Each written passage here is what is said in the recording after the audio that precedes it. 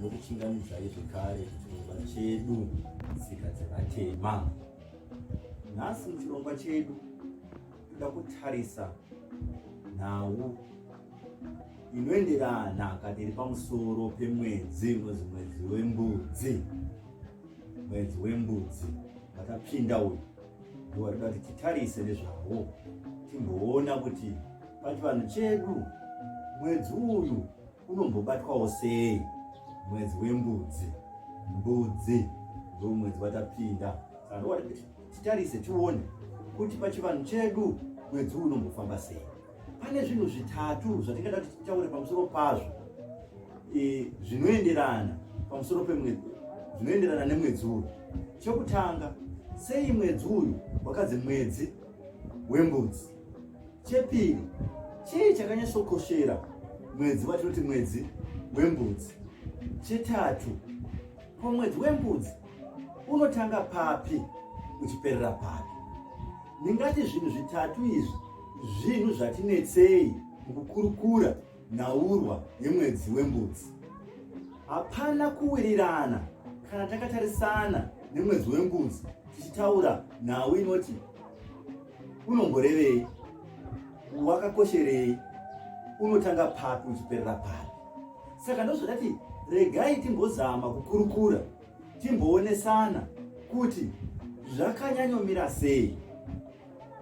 Mumaziviro andinoita kana chiti mwedzi wembudzi, tiri kuti mwedzi wakanzi mbudzi ngadzizorore kuurawa. Pachinge pachiitwa zvese zvingada kuitwa, zvakanzi mbudzi ngadzizorore kuurawa, ndiwo mwedzi wembudzi. Saka mumwedzi umu hatitarisi kuurawa kana kuita chivanhu chaigara chichiitwa nemadzitateguru edu, mbudzi dzichiurawa. Ngadzipiwo mukana wekuti mbudzi dzibereke, dziwande. Mbudzi apa dzaionekwa sekuti ndiwo mwedzi wadzo wadzingafaranuka, dzichichema, dzichiita esei, dzichifarawo, nokuti dzinenge dzisiri kuurawa kana tapinda mumwedzi wembudzi. Sei pakanzi mbudzi dzisaurawo mwedzi uyu? Zvakuenda nezvatingati pachirungu Shona beliefs, Shona customs and Shona traditions. Tsika dzedu dzechitema zvinobva zvinhu zvizhinji patsika dzedu dzechitema, nokuti mwedzi uyu tinenge takuenda pakuti wakakosherei. Mwedzi uyu ndiwo mwedzi unonzi mwedzi wevadzimu. Pachirungu tingati it is a month that was dedicated to the ancestors, to the ancestral spirits. Ndiwo mwedzi wakanzi mwedzi wevadzimu. Ndiwo saka tichiona vamwe vachitaura vachiti vadzimu vanenge vakazorora, vadzimu vanenge vari kumapako, vadzimu vanenge vari kumatare namusika vanhu. Chiripo apa tikanozviongorora zvose ndechekuti mwedzi wevadzimu, mwedzi wakanzi uyu mwedzi wevadzimu. Asi pane zvimwe zvakakosha pakuti mwedzi wevadzimu tichange tichizonyatsozvitarisa kana takunobata patenge tichiti unotanga papi unopera papi. Mwedzi wevadzimu, uchiti mwedzi wevadzimu, nemhaka iyi vasina kuzopa ndira kana kukadzi kana kurume kana chivabvu kana nyamavhuvhu vachiti mwedzi wevadzimu, tinenge takunotarisa mabasa aiitwa ekurima. Tinoona kuti mwedzi uyu ndiwo mwedzi unotanga mabasa ekurima. Ndiwo mwedzi watinosanganizana nemvura ichinotanga kunaya. Madzitateguru edu ndipo paigadzirira nhau dzekurima. zvaida kuti vadzimu vapindire, mvura inaye zvakanaka, zvaida kuti vadzimu vapindire, vanhu varime zvakanaka. Saka tiri kunotanga kurima, tiri kunotanga mabasa ekurima, mvura ichinotanga kunaya. Zvaida vadzimu kuti vapindire muzvinhu izvi, kuti zvifambe zvakanaka, mvura inaye zvakanaka, vanhu varime zvakanaka, vagogona kunoibvisa. Ndosaka zvakazonzi ngauve mwedzi wevadzimu, kuti tinemi madzitateguru edu makaenda kare, muri kumhepo, mwedzi wenyu uyu hatina zvimwe zvatingaita isu vepasi. Imi ndimi munogona, nokuti ndimi muri kumusoro, ndimi munogona kufambisa basa iri. Takukupai mwedzi uyu, imi chitai zvinhu zvifambe negwara ramunoda imi, kusina kupindira kwedu, nokuti isu hatina chatinogona. Imi vadzimu ndimi munganotireverera kuna musikavanhu, ndimi munganotireverera kuna Mwari. Takukupai nguva yokunotaura namusikavanhu kuti takutanga mwedzi wekurima, takutanga kuti mvura inaye, titaura namusikavanhu, zvinhu zvedu zvifambe zvakanaka. Ndosaka zvichinzi panenge pachitwa matare pakati pevadzimu naMwari kati namusikavanhu. Ndobva zvanzi mwedzi wevadzimu. Hatigoni kutaura chivanhu tigosiya kudyidzana kuripo pakati pechitendero nemararamiro evanhu. We cannot divorce the religious practices from the real practices, day-to-day activities of the people. Hatigoni papo. Pane kudyidzana kwakakura kuripo pakati pechitendero nemararamiro evanhu zuva nezuva. Saka hatifaniri kutarisa tichikotarisa zvinhu nemaziso echitendero chete, tisingaoni kudyidzana kwakanga kuripo pakati pechitendero nemararamiro evanhu.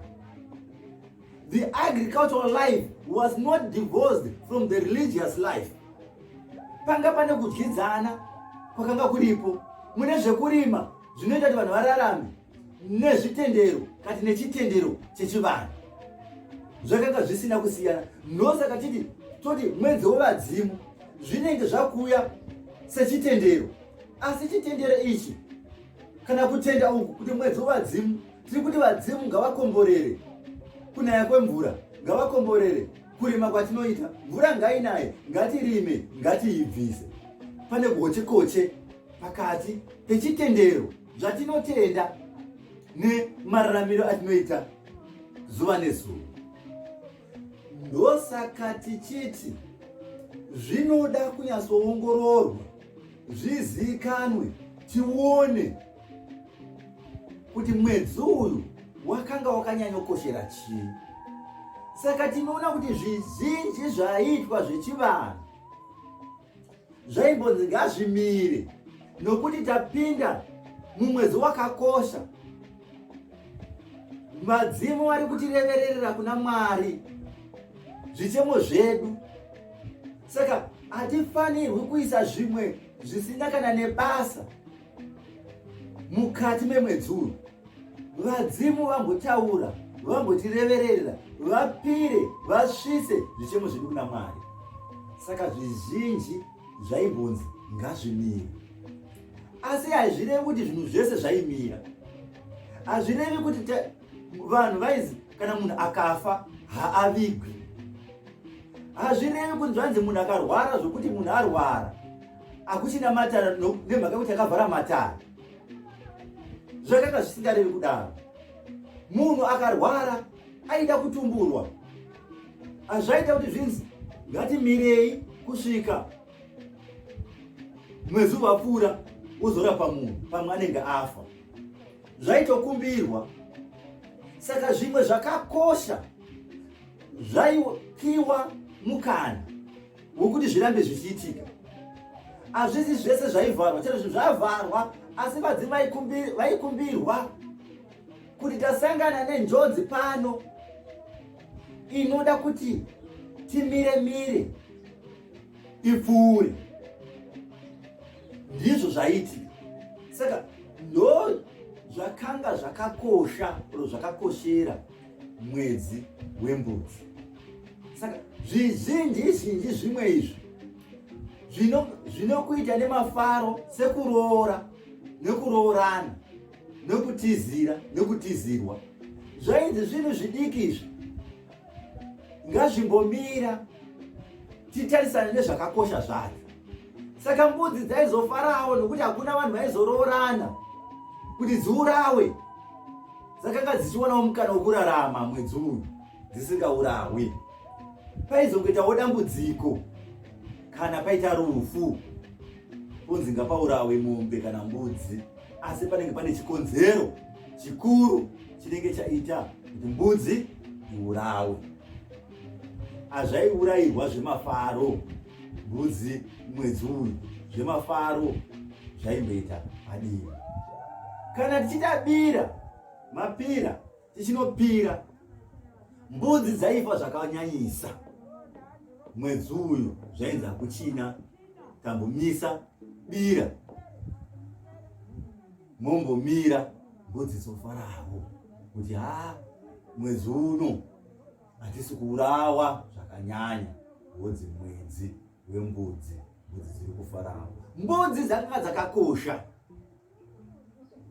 pachivanhu chedu. Mbudzi dzakanga dzakakosha nokuti pabira richiitwa rechivanhu paitorwa mbudzi doro rabikwa, paitorwa mbudzi doro roiswa apo mundiro. Mbudzi inourawa pabira apo yaifanira kumwa doro iroro, kuti titi chivanhu ichocho chagamuchirwa nevadzimu.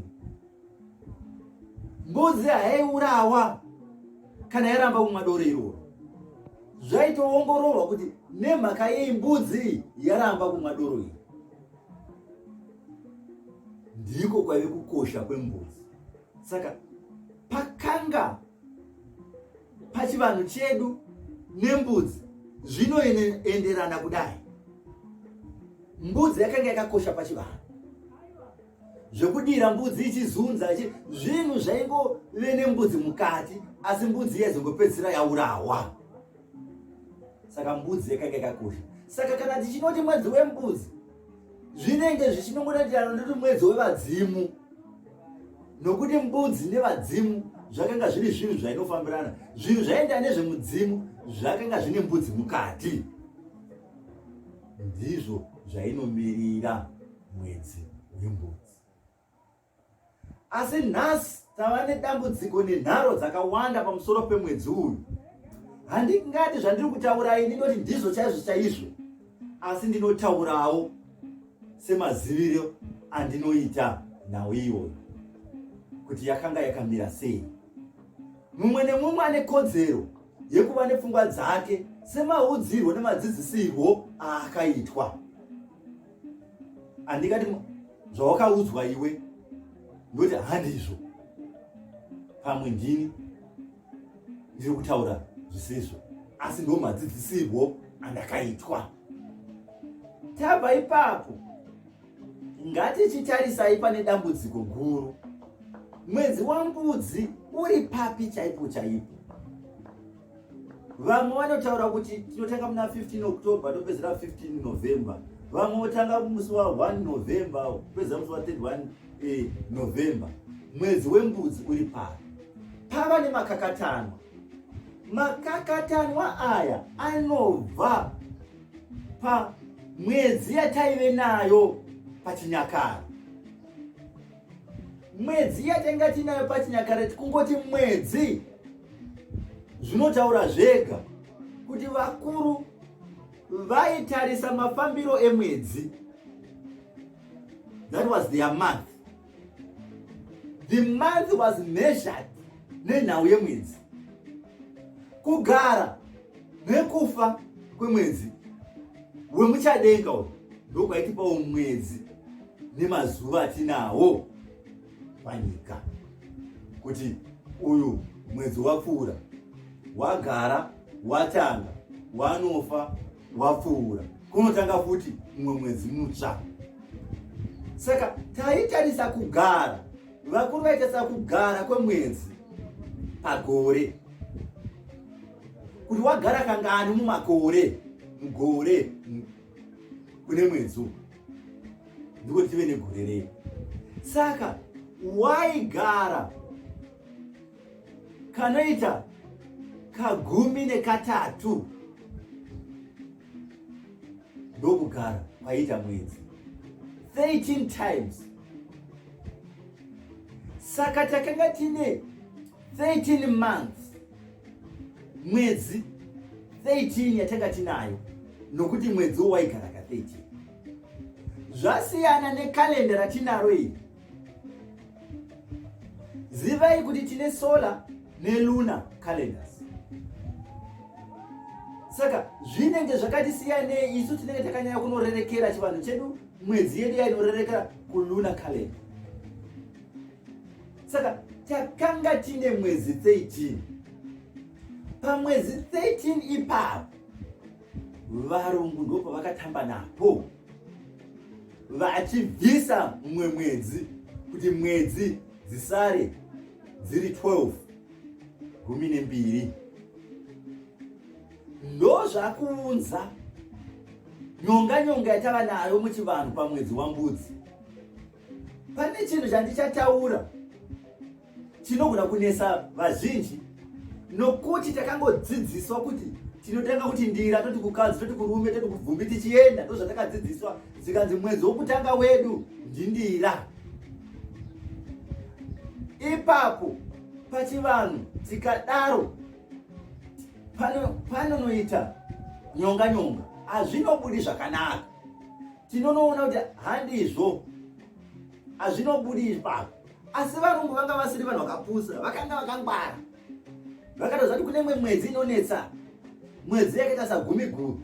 Vachinobvisa mumwe mwedzi, pane mwedzi vakanoti uyu mwedzi uyu hatifanira kuubvisa, asi uyu mwedzi uyu tokwanisa kuubvisa kana togona kubatanidza mwedzi uyu nemwedzi uyu. Pana chivabvu apo nabandwe apo.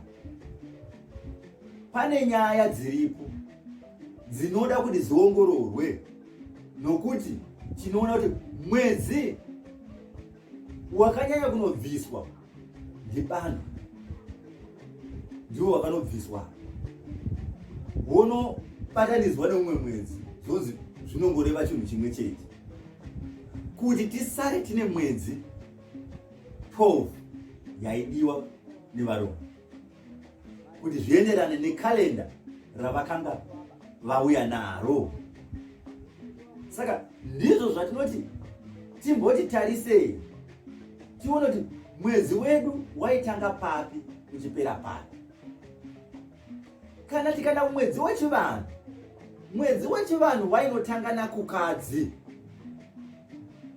Tikatarisa iko zvino, hatiti ndira ndiyo inotanga pakatanga kugara mwedzi wedu, nokuti isu mwedzi wedu gore redu richitanga ringati gore. Kana dai aive makare kare, gore iri rainotanga musi wa 2 January richinofa musi wa 31 January. 2 January to 31 January, nokuti mwedzi kati new moon mwedzi wakanotanga kugara musi wa 2 January. Saka ndezvimwe zvatinge chiti tione. Saka mwedzi uyu wa 2 January to 31 January watinoti ndira isusu, dai ari makare mwedzi wainzi kukadzi, kutanga kwegore. Vanhu kadzi neyatingati nature zvakanga zviri zvinhu zvainofambirana. Kutevera, munhukadzi achitevera ainzi aenda kumwedzi. Saka zvichinotanga zvinhu, gore richinotanga zvaitanga nekukadzi, kozotevera kurume. Asi varungu nemhaka yei vakazouya vachiti aiwa zvinotanga nandira, nokuti ndira kanga kakoshawo. Saka ndira waive mwedzi wokupedzisira. Tainopedzisira chiti ndira tunotanga kukadzi. Saka hazvina kuvanetsa tavangoti ndira kukadzi, asi ndira ndokubva ava mwedzi wekutanga. Ndichanyatsotsanangura, ndichitaridza kuti dai kare ari makare, kalenda gore redu ringadai rakamira sei. Tati taitangana kukadzi, saka kukadzi yedu yaizotanga 2 January to 31 January. Tabva ipapo pana 2 January to 31 January tinenge takutarisa kuti mwedzi unotevera wakatanga kugara musi upi. Tikatarisa madhesi atinawo, 1 February ndipo pakanga pane mwedzi mutsva, ndipo wakatanga kugara 1 February to 01 March. 1 February to 1 March, mwedzi uyoyo tinenge takutovuti kurume. Mwedzi wakazonogara zvekare musi wa 2 March, ukazonogara zvekare musi wa 1 April. Saka kwanga kuri kutanga mwedzi waitotanga ipapo. Saka patinoti isu mwedzi uchinogara musi wa 30 April to 29 May, ndo wakanga uri mwedzi wevanhu iwowo. Saka tingati kukadzi 2 January to 31 January, kurume 1 February to 1 March, kubvumbi 2 March to 31 March, chivabvu 1 April to 21 April, bandwe 30 April to 24 May, chikumi 30 May to 28 June, chikunguru 29 June to 27 July, nyamavhuvhu 28 July to 26 August, gunyana 27 August to 24 September, gumiguru 25 September to 24 October, mbudzi 25 October to 23 November, zvita 24 November to 22 December, ndira yokupedzisira 23 December to 21 January. Mwedzi 13 iyoyo inenge yakwana. Zvinonyatsobuda zvakanaka. Mwedzi yedu 13 yakakwana yakadaro. Ndo zvakanga zviripo. Saka tine imwe mwedzi yakanga yakakosha. Tichibva mumwedzi wambudzi wanati 25 October to 23 November, tainopinda muna zvita. Zvita zvichireva kutenda. Saka taitenda kubva muna 24 November kusvika 22 December, tabva mumwedzi wembudzi. Zvita tiri kutenda tichigamuchira vadzimu kuti vakanga vatora zvichemo zvedu, nhuna dzedu, vakatora zvichemo kuzvisa kuna musika vanhu. Tiri kutarisira zvakanaka. Tiri kutarisira kuti mvura ichanaya zvakanaka. Tiri kutarisira kuti vadzimu vakanzwikwa naMwari namusika vanhu. Saka totenda, tovonga, ngatibonge, ngatitende. Midzimu yedu yakanotireverera, yotivigira makomborero, mvura yonaya, ticharima zvakanaka, tigokohwa zvakanaka. Tendai, munotendwa vari kumhepo Zimbabwe. Aiwa, tinokugamuchirai kwamuri kubva kuna musika vanhu. Chiuyai kuvana venyu, mutitungamirire, musatisiye. Tinotenda wee, changamire. Tatenda, mazvita, zvita. Ndo pataive nemwedzi wezvita. Tatenda, tozosvika pamwedzi wokupedzisira, ndira wakanga uri mwedzi 13, wandati dai anga ari makare kare. Ndira iyi yaizovapo musi wa 23 December to 21 January ndo panenge pane ndira yedu. Wakanga uri mwedzi wekupedzisira, asi tarisai muone kubva pana 23 December 21 January pane mazuva akawanda aJanuary ipapo. Saka vakabva vati ndira ndiJanuary wokutanga. Ndo zviripo ipapo, ndo zvakaitwa nevarungu izvi. Ndizvo zvaunza yatingati confusion, nyonga mumatare. Saka mwedzi atingati wambudzi gore negore unotanga musi wa 15 October to 15 November, nokuti mwedzi unogara mazuva akasiyana siyana. Tiri kuti gore rino wakagara musi wa 2 January, ukagara musi wa 1 February, ukagara musi wa 2 March, ukagara musi wa 1 April, ukagara musi wa 30 April, ukatanga kugara musi wa 30 May, ukagara futi musi wa 29 June, ukagara 28, ukagara 27, ukagara 25 September, ukagara 25 October, ukagara 24 November, ukagara 23 December. Asi haudzokorori mazuva iwawo kana tapinda mugore rinouya. Haudzokorori mazuva iwawo. Tichatoona kuti gore rinouya unogona kutanga kugara panotanga mwedzi wedu musi wa 22 January. Ndinoda kuti ndizotarisa zvangu yatingati googling pachirungu, asi ndinovimba kuti unotanga kugara musi wa 22 January, asi apa wakambotanga kugara musi wa 2 January. Saka zvinonyorwa kuti takutenda kumwedzi wembudzi zvinenge zvatoshanduka ikoko. Mazuva edu atingati madates anenge atoshanduka nokuti watanga kugara musi wa 22 January wozonofawo tichienda mberi. Zvinhu zvinenge zvida kuti titarise tione. Saka hazvisi zvinhu zvatingati pachirungu zviri fixed kuti mbudzi inotanga musi wa 15 October to 15 November. Kwakuzama kusanganisa makalenda rechivanhu nerechirungu. Ndizvo zvatinoda kuzama kuita apa, kusanganisa makalendars rechivanhu nerechirungu, gore rechivanhu negore rechirungu.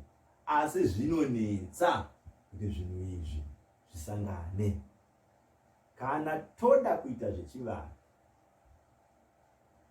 totobata iri mwedzi yechivanhu, toita semaitirwo azvaitwa pachivanhu, tichitarisa kufamba kwemwedzi yechivanhu.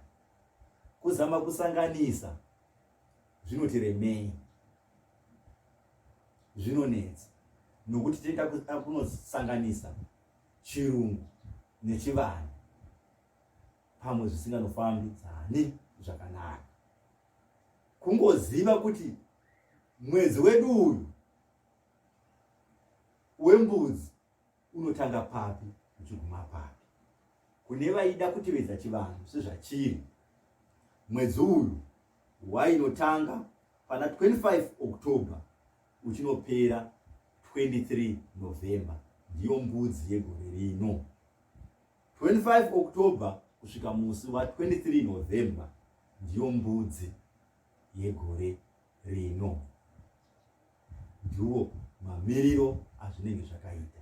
Mimwe mwedzi hainetsi, sokuti wegumiguru, ndati gumiguru yedu yangari 25 September to 24 October, mwedzi wechite.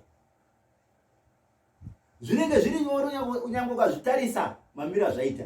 Chakunetsa ndechekuti panodiwa research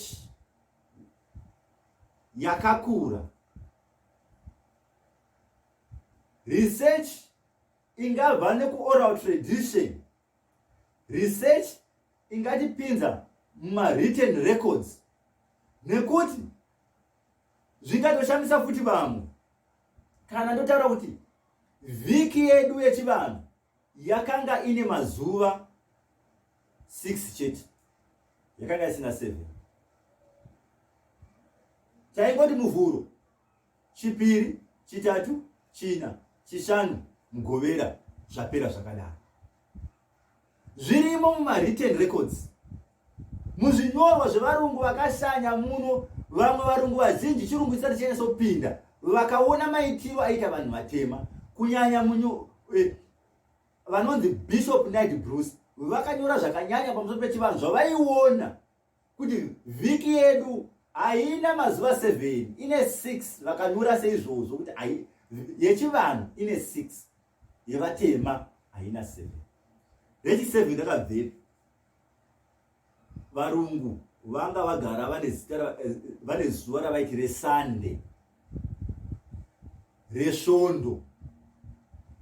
Saka zuva resvondo raida kunzi rivepo apo. Ndobva tadzidziswa kuti aiwa mazuva enyimi mashoma. Isu takadzidza takangwara, tinoziva kuti vhiki ine mazuva 7. Saka takukuwedzerai rimwe ramanga makasiya ipapo raive reSunday. Ndobva ranzi ndiro zuva resvondo, ndorokutanga kwevhiki. Saka vhiki inobva yatanga nekuti svondo, toti muvhuro. Hazvichadopindirana. Takuvhura chiizvi isatovhura kare nesvondo. Saka svondo pamakalenda is the first day kuchirungu. Saka zvane kaconfusion nokuti tinoti Sunday, Monday, Tuesday, Wednesday, Thursday, Friday, Saturday. Svondo muvhuro. Asi tibatoti svondo muvhuro tatovhura kakare muso svondo. Saka isu redu muvhuro kwaiva kutanga kwevhiki. Saka taiti muvhuro, chipiri, chitatu, china, chishanu, mugovera.